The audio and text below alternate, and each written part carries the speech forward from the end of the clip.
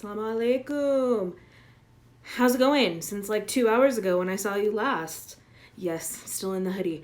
And I got a new tripod that's supposed to track my face. Let's see if it works. Oh, it's working. Awesome.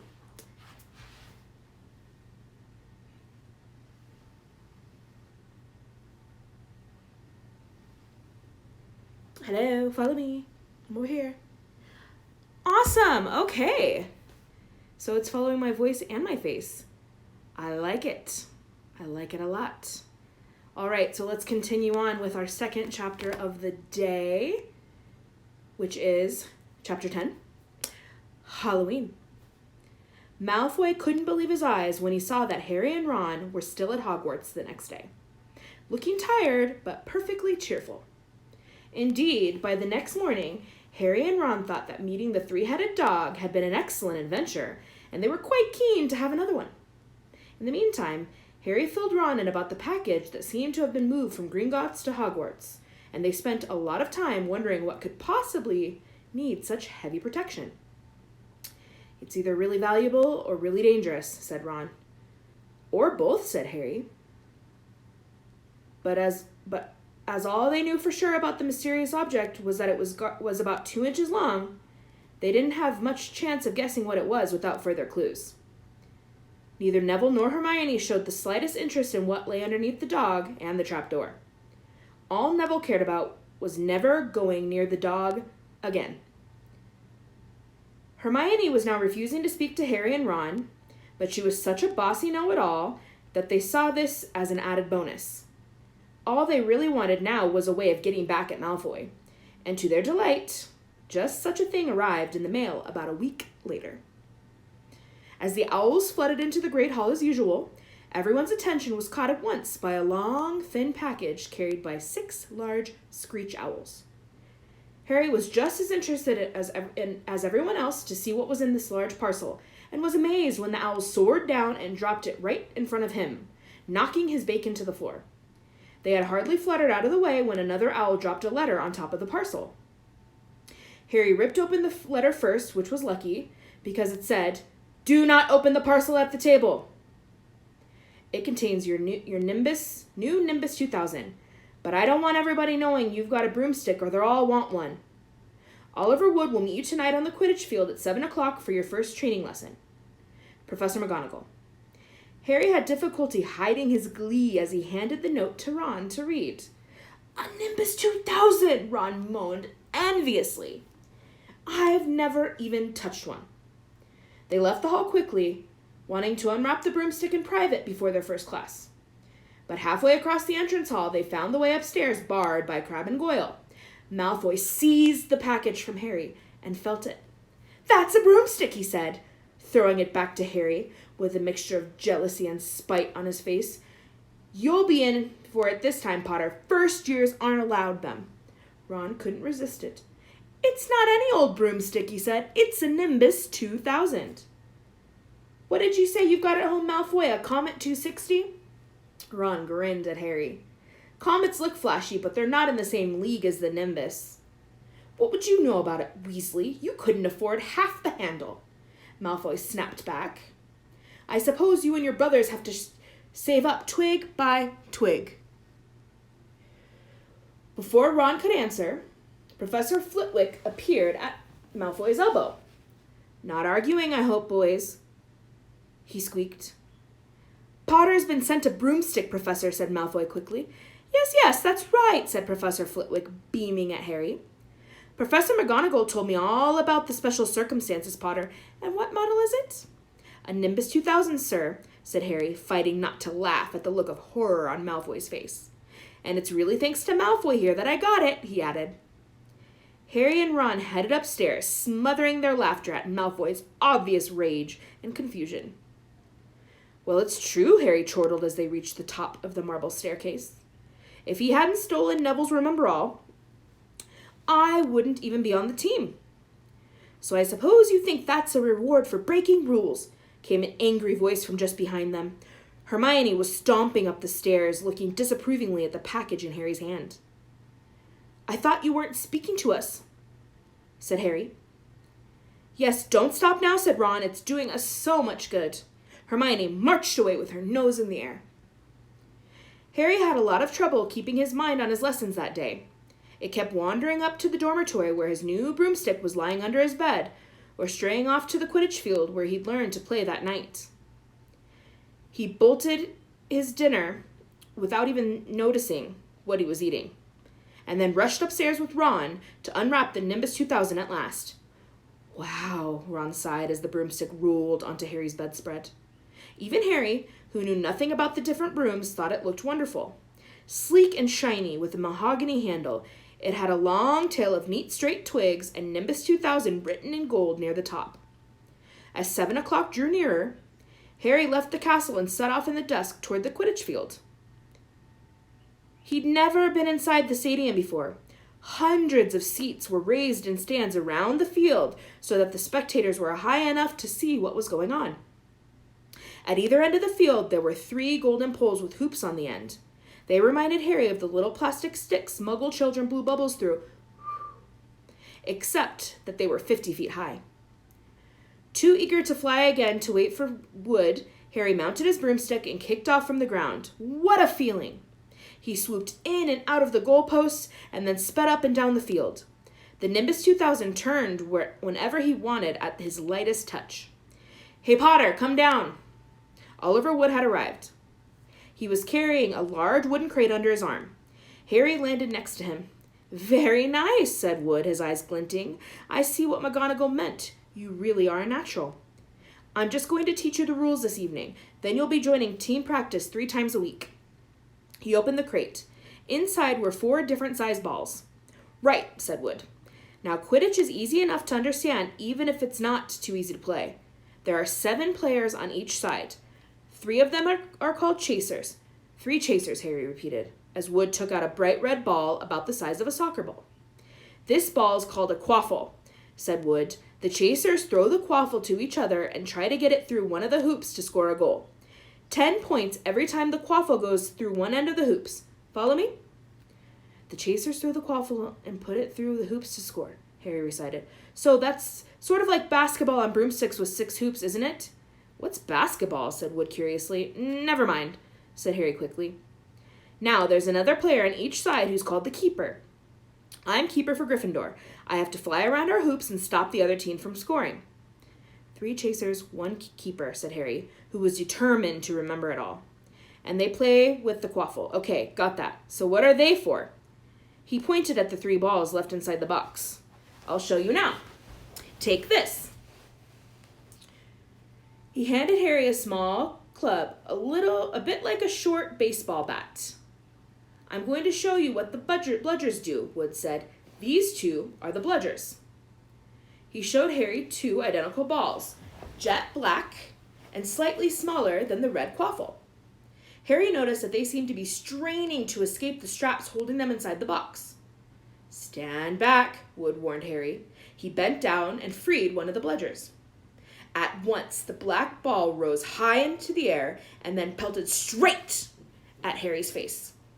Harry swung at it with the bat to stop it from breaking his nose and sent it zigzagging away into the air.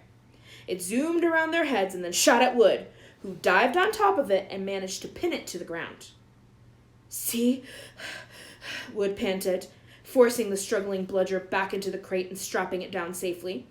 The bludgers rocket around, trying to knock players off their brooms. That's why you have 2 beaters on each team. The Weasley twins are ours. It's their job to protect their side from the bludgers and try and knock them towards the other team. So, you think you've got all that? 3 chasers try and score with the quaffle. The keeper guards the goalposts. The beaters keep the bludgers away from their team, Harry reeled off. Very good, said Wood. Have the bludgers ever killed anyone? Harry asked, hoping he sounded offhand. Never at Hogwarts. We've had a couple of broken jaws, but nothing worse than that. Now the last member of the team is the Seeker. That's you. And you don't have to worry about the quaffle or the bludgers unless they crack my head open. Don't worry, the Weasleys are more than a match for the bludgers. I mean, they're like a pair of human bludgers themselves. Wood reached into the crate and took out the 4th and last ball. Compared with the quaffle and the bludgers, it was tiny, about the size of a large walnut. It was bright gold and had little fluttering silver wings. "This," said Wood, "is the golden snitch, and it's the most important ball of the lot. It's very hard to catch because it's so fast and difficult to see. It's the seeker's job to catch it. You've got to weave in and out of the chasers, beaters, bludgers, and quaffle to get it before the other team's seeker. Because whichever seeker catches the snitch wins his team an extra 150 points, so they nearly always win. That's why seekers get fouled so much. A game of Quidditch only ends when the snitch is caught, so it can go on for ages. I think the record is 3 months. They had to keep bringing on substitutes so the players could get some sleep. Well, that's it. Any questions?" Harry shook his head. He understood what he had to do all right. It was doing it that was going to be the problem. "We won't practice with the snitch yet," said Wood, carefully shutting it back inside the crate. "It's too dark. We might lose it. Let's try you out with a few of these." He pulled a bag of ordinary golf balls out of his pocket, and a few minutes later, he and Harry were up in the air, Wood throwing the golf balls as hard as he could in every direction for Harry to catch. Harry didn't miss a single one, and Wood was delighted. After half an hour, night had nearly fallen, and they couldn't carry on. "That Quidditch cup will have our name on it this year," said Wood happily as they trudged back to the castle. "I wouldn't be surprised if you turn out to be better than Charlie Weasley, and he could have played for England if he hadn't gone off chasing dragons." Perhaps it was because he was now so busy, what with Quidditch practice 3 evenings a week on top of all of his homework, but Harry could hardly believe it when he realized that he'd been at Hogwarts 2 months. The castle felt more like home than Privet Drive ever had. His lessons, too, were becoming more and more interesting now that he had mastered the basics. On Halloween morning, they woke up to the delicious smell of baking pumpkin wafting through the corridors. Even better, Professor Flitwick announced in Charms that he thought they were ready to start making objects fly. Something they had all been dying to try since they'd seen him make Neville's toad zoom around the classroom. Professor Flitwick put the class into pairs to practice. Harry's partner was Seamus Finnegan, which was a relief because Neville had been trying to catch his eye. Ron, however, was to be working with Hermione Granger. It was hard to tell whether Ron or Hermione was angrier about this. She hadn't spoken to either of them since the day Harry's broomstick had arrived. "Now don't forget the nice wrist movement we've been practicing," squeaked Professor Flitwick, perched on top of his pile of books as usual. "Swish and flick, remember. Swish and flick. And saying the magic words properly is very important too. Never forget Wizard Barufio, who said s instead of f and found himself on the floor with a buffalo on his chest." It was very difficult. Harry and Seamus swished and flicked, but the feather they were supposed to be sending skyward just lay on the desktop. Seamus got so impatient that he prodded it with his wand and set fire to it. Harry had to put it out with his hat. Ron at the next table wasn't having much more luck. "Wingardium Leviosa," he shouted, waving his long arms like a windmill. "You're saying it wrong," Harry heard Hermione snap. "It's Wingardium Leviosa. Make the gar nice and long." "You do it then, if you're so clever," Ron snarled. Hermione rolled up the sleeves of her gown, flicked her wand, and said, "Wingardium Leviosa." Their feather rose off the desk and hovered about 4 feet over their heads. "Well done!" cried Professor Flitwick, clapping. "Everyone see here, Miss Granger's done it!" Ron was in a very bad mood by the end of class. "It's no wonder no one can stand her," he said to Harry, as they pushed their way into the crowded corridor. "She's a nightmare, honestly." Someone knocked into Harry as they hurled past him.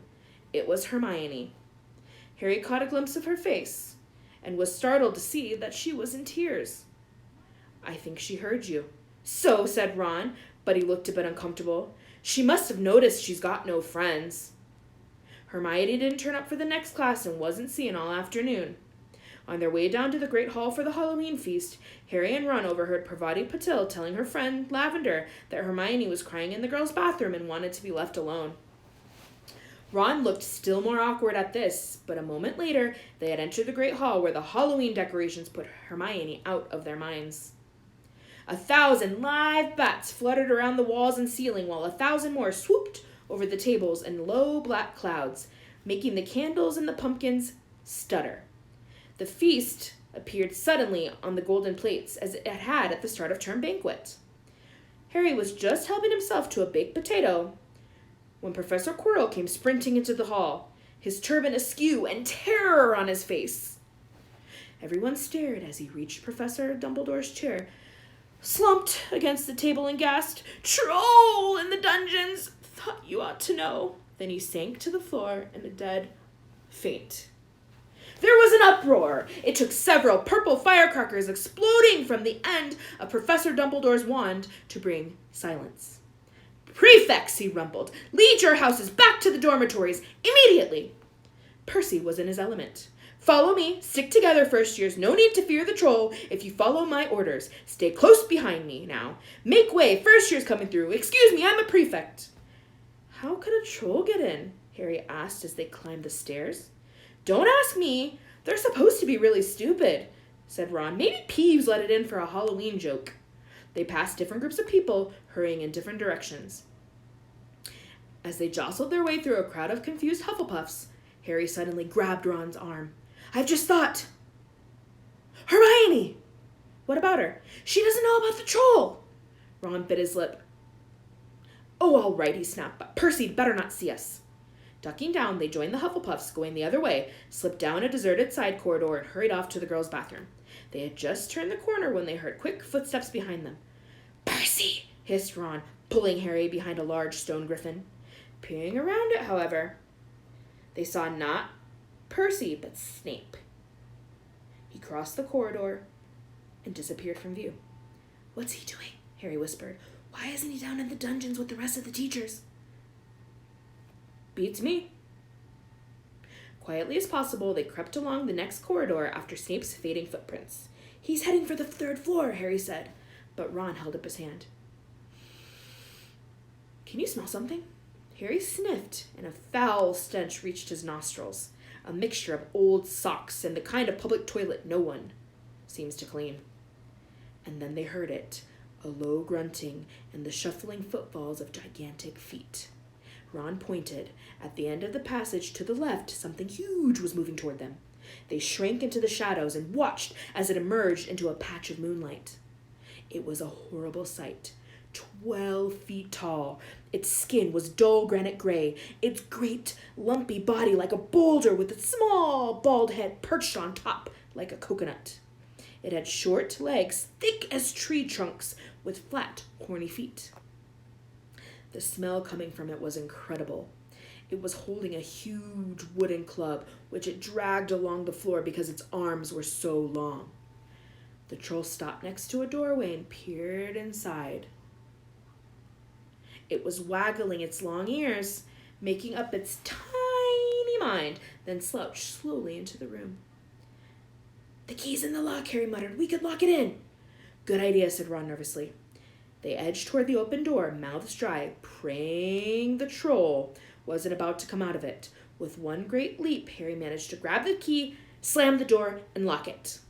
Yes! Flushed with their victory, they started to run back up the passage, but as they reached the corner, they heard something that made their hearts stop. A high, petrified scream, and it was coming from the chamber they just chained up. "Oh no," said Ron, pale as the Bloody Baron. "It's the girls' bathroom," Harry gasped. "Hermione!" they said together. It was the last thing they wanted to do, but what choice did they have?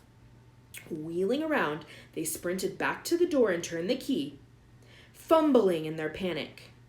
Harry pulled the door open and they ran inside. Hermione Granger was shrinking against the wall opposite, looking as if she was about to faint. The troll was advancing on her, knocking the sinks off the walls as it went. "Confuse it," Harry said desperately to Ron, and seizing a tap, he threw it as hard as he could against the wall. The troll stopped a few feet from Hermione. It lumbered about, blinking stupidly to see what had made the noise. Its mean little eyes saw Harry. It hesitated, then made for him instead, lifting up its club as it went. "Oi, pea-brain!" yelled Ron from the other side of the chamber, and he threw a metal pipe at it. The troll didn't even seem to notice the pipe hitting its shoulder, but it heard the yell and paused again. Turning its ugly snout towards Ron instead, giving Harry time to run around it. "Come on, run, run!" Harry yelled at Hermione, trying to pull her toward the door. But she couldn't move. She was still flat against the wall, her mouth open in terror. The shouting and the echo seemed to be driving the troll berserk. It roared again and started toward Ron, who was nearest and had no way to escape. Harry then did something that was both very brave and very stupid. He took a great running jump and managed to fasten his arms around the troll's neck from behind. The troll couldn't feel Harry hanging there, but even a troll will notice if you stick a long bit of wood up its nose. And Harry's wand had still been in his hand when he jumped and had gone straight up one of the troll's nostrils. Howling with pain, the troll twisted and flailed its club, with Harry clinging on for dear life. Any second, the troll was going to rip him off or catch him a terrible blow with the club. Hermione had sunk to the floor in fright. Ron pulled out his wand, not knowing what he was going to do. He heard himself cry the first spell that came into his head, "Wingardium Leviosa!" The club flew suddenly out of the troll's hand, rose high up in the air, it turned slowly over, and dropped with a sickening crack onto its owner's head. The troll swayed on the spot and then fell flat on its face with a thud that made the whole room tremble. Harry got to his feet. He was shaking and out of breath. Ron was standing there with his wand still raised, staring at what he'd done. It was Hermione who spoke first. "Is it dead?" "I don't think so," said Harry. "I think it's just been knocked out." He bent down and pulled his wand out of the troll's nose. It was covered in what looked like lumpy gray glue. "Urgh, troll boogers." He wiped it on the troll's trousers. A sudden slamming and loud footsteps made the three of them look up. They hadn't realized what a racket they had been making, but of course someone downstairs must have heard the crashes and the troll's roars. A moment later, Professor McGonagall had come bursting into the room, followed closely by Snape, with Quirrell bringing up the rear. Quirrell took one look at the troll, let out a faint whimper, and sat quickly down on a toilet, clutching his heart. Snape bent over the troll. Professor McGonagall was looking at Ron and Harry. Harry had never seen her look so angry. Her lips were white. Hopes of winning 50 points for Gryffindor faded quickly from Harry's mind. "What on earth were you thinking of?" said Professor McGonagall, with cold fury in her voice. Harry looked at Ron, who was still standing with his wand in the air. "You're lucky you weren't killed. Why weren't you in your dormitory?" Snape gave Harry a swift, piercing look. Harry looked at the floor. He wished Ron would put his wand down. Then a small voice came out of the shadows. "Please, Professor McGonagall, they were looking for me." "Miss Granger?" Hermione had managed to get to her feet at last. "I went looking for the troll because I thought I could deal with it on my own, because I've read all about them." Ron dropped his wand. Hermione Granger telling a downright lie to a teacher? "If they hadn't found me, I'd be dead now." Harry stuck his wand up its nose, and Ron knocked it out with its own club. "They haven't time to come down and fetch anyone. They didn't have time. It was about to finish me off when they arrived." Harry and Ron tried to look as though the story wasn't new to them. "Well, in that case," said Professor McGonagall, staring at the three of them, "Miss Granger, you foolish girl! How could you think of tackling a mountain troll on your own?" Hermione hung her head. Harry was speechless. Hermione was the last person to do anything against the rules, and there she was pretending she had to get them out of trouble. It was as if Snape started handing out sweets. "Miss Granger, 5 points will be taken from Gryffindor for this," said Professor McGonagall. "I am very disappointed in you. If you're not hurt at all, you'd better get off to Gryffindor Tower. Students are finishing the feast in their houses." Hermione left. Professor McGonagall turned to Harry and Ron. "Well, I still say you were lucky, but not many first years could have taken on a fully grown mountain troll. You each win Gryffindor 5 points. Professor Dumbledore will be informed of this. You may go." They hurried out of the chamber and didn't speak at all until they had climbed 2 floors up. It was a relief to be away from the smell of the troll, quite apart from anything else. "We should have gotten more than 10 points, Ron grumbled. 5, you mean? Once she's taken off Hermione's?" "Good of her to get us out of trouble like that," Ron admitted. "Mind you, we did save her." She might not have needed saving if we hadn't locked the thing in with her, Harry reminded him. They had reached the portrait of the fat lady. Pig snout, they said, and entered. The common room was packed and noisy. Everyone was eating the food that had been set up. Hermione, however, stood alone by the door, waiting for them. There was a very embarrassed pause. Then, none of them looking at each other, they all said thanks and hurried off to get plates. But from that moment on, Hermione Granger became their friend. There are some things you can't share without ending up liking each other, and knocking out a 12-foot mountain troll is one of them. That is the end of Chapter 10, Troll in the Dungeon. Did you notice that Professor Quirrell, who's supposed to be the defense against the dark arts, the teacher teaching them how to fight evil, was scared and he fainted? Pretty brave of Ron and Harry to run to save Hermione, though, especially given that Ron didn't particularly care much for Hermione, yeah? I don't know. How are you feeling about Professor McGonagall? Was she fair to take 5 points from Hermione and give 5 each to the boys? Should she have taken more, given more? I don't know. So now it's October 31st, so Harry's been at Hogwarts for a full couple months at this point. He's getting adjusted. He is the seeker for the Quidditch team. The first, they say, in 100 years to be a first year. He's busy. He's having fun. And new adventures. So, inshallah, tomorrow we'll get started on Chapter 11, which is about Harry's first big Quidditch match, or game, as we say in the States. Match is quite British. Yes, Becca, I said it's British. You guys know my friend Becca is probably watching this to make fun of my Americanisms, since this is an English series. Well, Scottish, UK. As you wish. My apologies to the people from the United Kingdom as I lump you all together, but I know she's Scottish. Anywho, it is a reasonable hour, so inshallah, by about 8 o'clock tonight, you'll have this new chapter up. That'll make 2 chapters in one day. Remember what I said, stay in the house, help your parents, wash your hands, help your brothers and sisters, be nice to each other. Leave me some comments on Class Dojo or Shobi and let me know what you think about what is going on with this story. I'm so excited. We are about 57% finished, so more than half. So in just about 6 to 8 days, we'll be done. All right, I'm off. I'll see you guys later. I forgot the theme music, but you know, do do do do do do do do. Assalamu alaikum.